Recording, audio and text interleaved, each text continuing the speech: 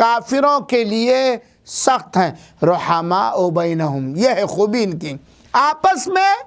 رحم دل ہیں۔ تراہم رکعا سجدا، آپ ان کو پاؤ گے دیکھو گے رکوع کی حالت میں، سجدہ کی حالت میں، یبتغون فضلا من اللہ ورضوانا، اور یہ ہمیشہ اللہ تعالیٰ کے فضل اور اس کے رضامندی کی جستجو میں لگے رہتے ہیں۔ سیماہم فی وجوہہم من اثر السجود،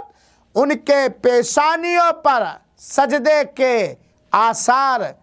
لگے رہتے ہیں، یعنی اللہ تعالیٰ کے لیے رکوع کرنے کی وجہ سے، سجدہ کرنے کی وجہ سے ان کے چہرے منور، روشن اور پرنور ہوا کرتے ہیں۔ اس آیت کریمہ بھی صحابہ کرام کی عمومی طور پر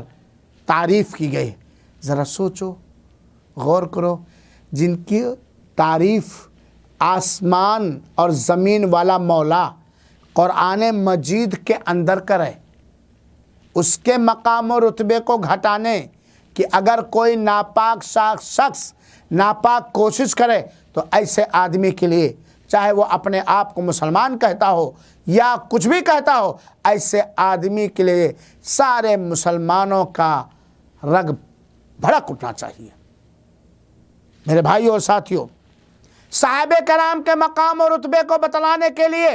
ایک حدیث کی روشنی میں میں یہ سمجھانا چاہتا ہوں کہ صحابہ امت کے لیے امن و امان کا ذریعہ تھے۔ صحابہ کرام امت کے لیے امن و امان کا سادھن تھے اور ہیں۔ صحابہ کرام، یہ اللہ کے رسول نے فرمایا۔ چنانچہ حضرت ابو بردہ اسلمی اپنے باپ سے روایت کرتے ہوئے کہتے ہیں کہ ہم نے اللہ کے رسول اکرم صلی اللہ علیہ وسلم کے ساتھ مغرب کی نماز پڑھی، ہم لوگوں نے۔ پھر ہم لوگوں نے آپس میں بات کی کہ لاؤ یہیں بیٹھ جائیں مسجد کے اندر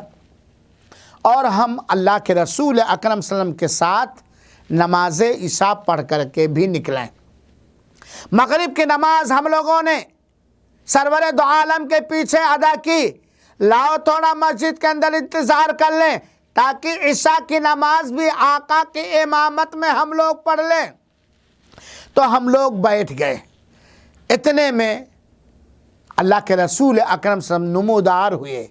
تشریف لائے اور کہا ما زلتم ہاہنا، تم لوگ مغرب کے بعد سے لے کر کے اب تک تم لوگ یہی مسجد میں بیٹھے ہوئے ہو؟ قلنا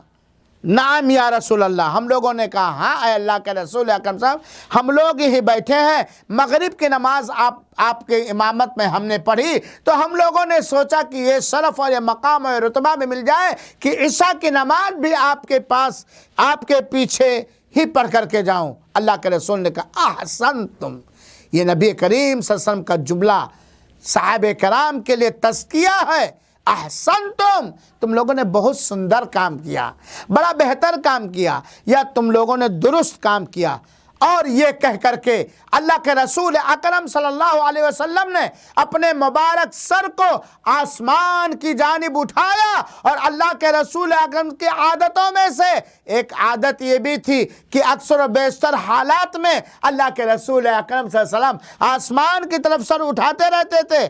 پھر اللہ کے رسول اکرم صلی اللہ علیہ وسلم نے فرمایا، کیا فرمایا؟ النجوم امانۃ السماء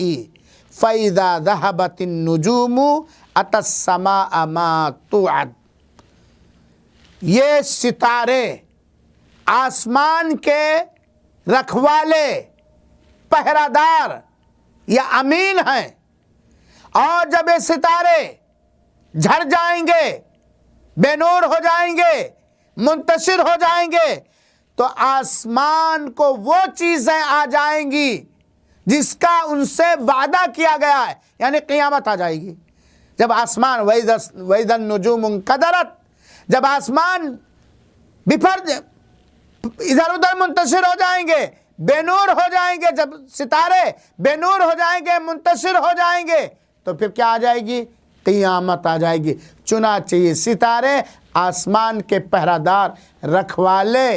اور امین ہیں۔ پھر اللہ کے رسول اکرم نے فرمایا وانا امانۃ لاصحابی، اور میں پہرہ دار ہوں، رکھوالا ہوں، امین ہوں اپنے صحابہ کرام کے لیے، جن لوگوں نے میرے اوپر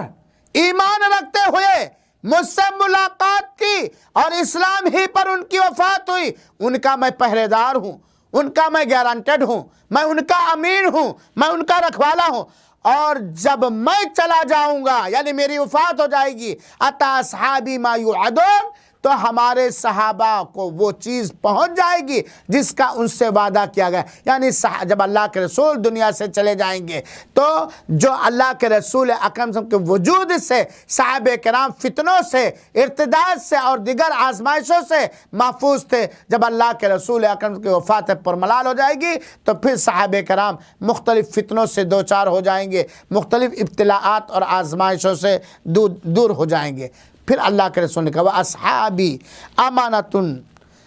لامتی، اور ہمارے صحابہ کرام رکھوالے ہیں، پہرے دار ہیں، امین ہیں ہماری امت کے لیے،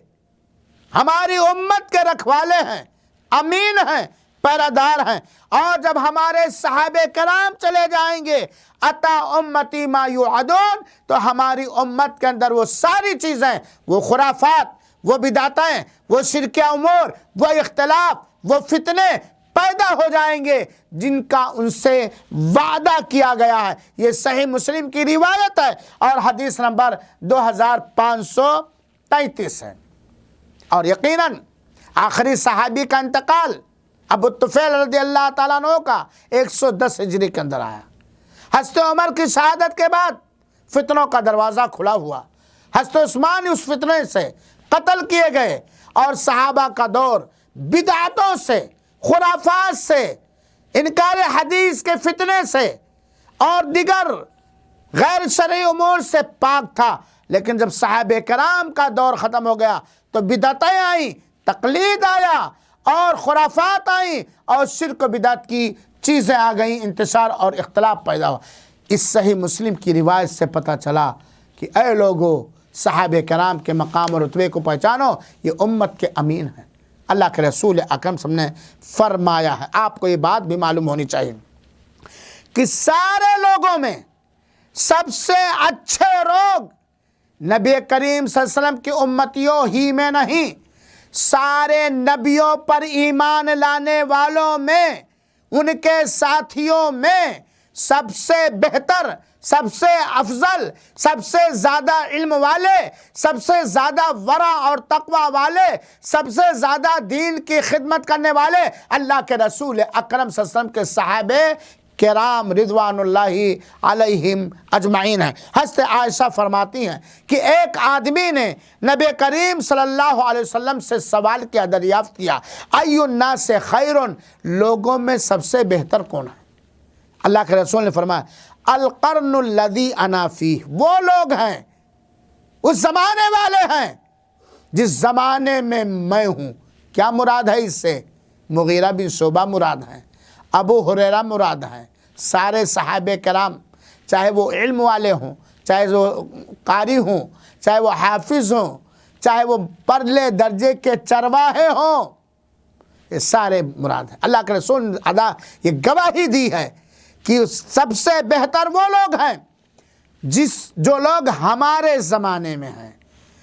ثم الثانی، ان کے بعد سیکنڈ نمبر پر وہ لوگ ہیں جو ان کے بعد ہے تابعین، اس کے بعد تھرڈ نمبر پر وہ لوگ ہیں جو تبع تابعین۔ یہ صحیح مسلم کی روایت حدیث نمبر 2536 ہے۔ سبحان اللہ، یہ مقام ہے، یہ رتبہ ہے صحابہ کرام کا، چاہے وہ اونچے پائے کے صحابی ہوں، چاہے کم درجے کے صحابی ہوں، بیڑا غرق ہو ان رافضیوں کا، ان شیعوں کا، ان ناصبیوں کا، ان اخوانیوں کا، ان عقل پرستوں کا، جو صحابہ کرام کے کسی بھی